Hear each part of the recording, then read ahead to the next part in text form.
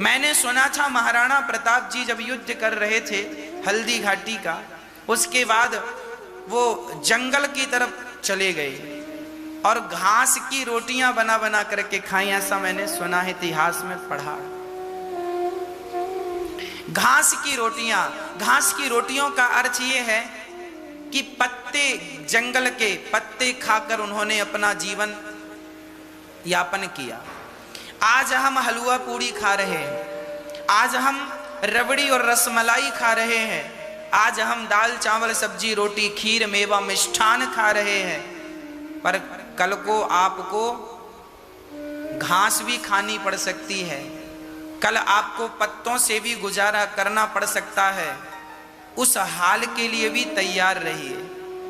जैसे माता सीता अयोध्या के सिंहासन पर भी बैठती थी, राजाओं की तरह रानी थी ना, तो पूरा सुख सुविधाओं से परिपूर्ण जीवन था, पूरा आराम था, पर वही सीता माता को जंगल भी जाना पड़ा, नंगे पांव भी चलना पड़ा, जंगल से लकड़ियां भी काटनी पड़ी, चूल्हा भी फूकना पड़ा, बच्चों का पेट भरने के लिए जिनके सेवा में लाखों दासियां हुआ करती थीं, आज उन्हें बच्चों के लिए खुद रोटी बनानी पड़ रही है। मतलब माता सीता हर सिचुएशन में रहने के लिए रेडी थी। आपसे मेरी सिर्फ यही प्रार्थना है, आप भी हर स्थिति के लिए अपने आप को तैयार रखिएगा। दुख तब होता है जब व्यक्ति अपनी तैयारियां नहीं करते। हर स्त्री को अपनी तैयारी कर लेना चाहिए, हर पुरुष को अपनी तैयारी कर लेनी चाहिए। कब दुख आ जाए कोई नहीं जानता, इसलिए भगवान का चिंतन अभी से स्टार्ट करिए। भगवान ही हम सबके रक्षक हैं, हम सबके संगी और साथी हैं। एक टेर रघुनाथ की, दूजो न कोई सहाय। एक कोई दूसरा सहारा नहीं है एक ईश्वर के सिवा। जो भगवान की शरण में है उनका बाल भी बांका नहीं होता। इसलिए ये संसार में रहना नहीं देश बिगाना रे। ये देश, ये जो दुनिया है, ये हमारा नहीं है। ये संसार, ये घर, ये गांव, ये शहर, ये गलियां, ये हमारी नहीं है। हमारा असली घर भगवान के चरणों में है। हम वहां से आए हैं, कुछ दिन की यात्रा में हैं। 25, 50, 100 साल की यात्रा पूरी होगी और उसके बाद हमें ये सब छोड़ करके जाना पड़ेगा।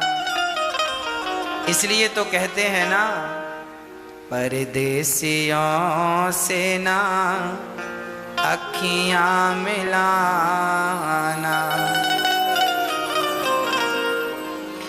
ये सब परदेसी हैं।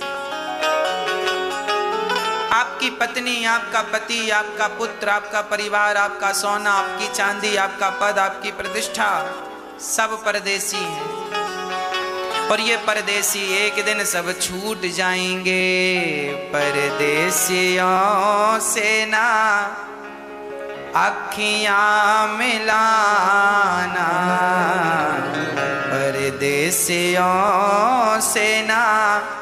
ये सोना और चांदी ये सब परदेसी हैं, इनसे ज्यादा प्रेम ना करना। कागज के टुकड़ों से, पैसों से भी ज्यादा प्रेम ना करना। सब छोड़ के चले जाएंगे।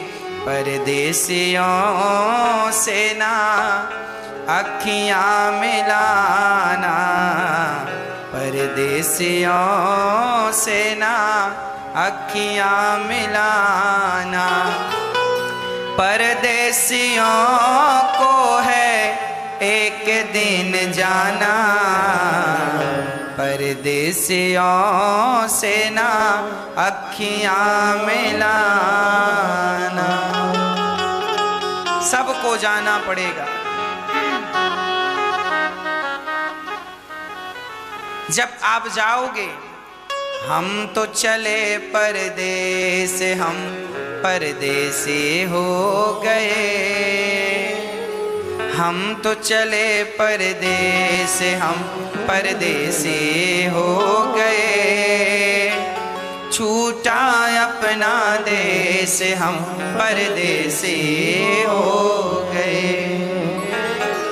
ये गलियां पथ पनघट ये पंछी, बरसों पुराना, बरसों पुराना। कल तक थे सब अपने, अब लगता है बेगाना। बदला जग ने भेष, बदला जग ने भेष, हम परदेसी हो गए। छूटा अपना देश, हम परदेसी हो गए। हम सब परदेसी हैं और इस संसार को अपना मानकर बैठे हैं, यही दुख का कारण है। चले जाओगे, वहां जाओगे जहां से कोई संपर्क नहीं। चिट्ठी न कोई संदेश, जाने वो कौन सा देश जहां तुम चले गए। एक आह भरी होगी, हमने न सुनी होगी। जाते जाते तुमने आवाज तो दी होगी। उस वक्त कहाँ थे हम, हर वक्त यही है गम जहाँ तुम चले गए, जहाँ तुम चले गए। चिट्ठी न कोई संदेश, जाने वो कौन सा देश जहाँ तुम चले गए, जहाँ तुम चले गए। ऐसी जगह जाओगे कोई संदेश नहीं। ये संसार अपना नहीं है भाई। इतनी सी बात यदि लोगों को समझ आ जाए तो पता नहीं क्या हो जाए, कितना सुख कितना आनंद हो जाए। पूरी जिंदगी गुजर गई मैं मेरा मेरा मेरा मेरा पगले। ना मैं कुछ हूं ना मेरा कुछ है। जो सत्य था उसके लिए तू कभी भागा नहीं, और जो झूठ था उसे समेटता रहा और बाद में रोता रहा। बड़ा दुख, बड़ा दुख। समझ लो सच्चाई। मैं अपनी छाती फाड़कर आपको सच्चाई दिखा सकता तो मैं कब का दिखा चुका होता। सच्चाई यही है कि कृष्ण तुम्हारे हैं, बस। ये संसार तुम्हारा नहीं है। इतनी सी बात समझ लो कि कृष्ण मेरे हैं, गोविंद मेरे है, गोपाल मेरे है। बस यही समझ आ जाए हर व्यक्ति को तो नैया पार हो जाए। पर इतनी सी बात समझने के लिए करोड़ों जन्म लेने पड़ते हैं। करोड़ों जन्म, करोड़ों बार कुत्ता बिल्ली हाथी घोड़ा कीड़ा पतंगा बनना पड़ता है। कितनी बार हम और आप मनुष्य बन के आगे चले गए, पर इतनी सी बात समझ में नहीं आई कि कृष्ण मेरे हैं। उनका भजन नहीं करते हुए हम संसार के पीछे भागते रहे, सुख ढूंढते रहे। क्या मिला?